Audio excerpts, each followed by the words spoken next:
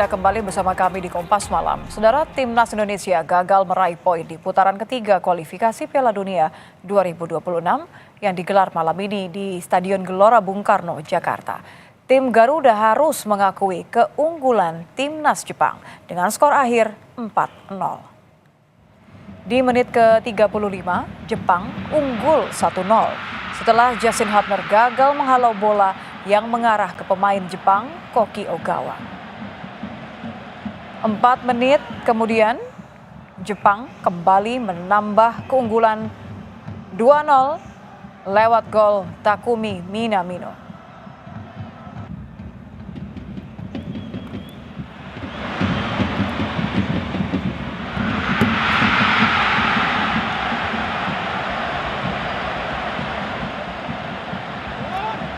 Setelah 2 gol di babak kedua, Jepang kembali menambah gol melalui Hidemasa Morita dan Yukinari Sugawara.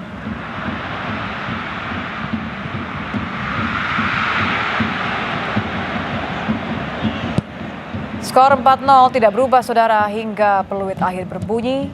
Artinya dengan kekalahan ini, Timnas Indonesia berada di posisi akhir klasemen grup C dengan 3 poin.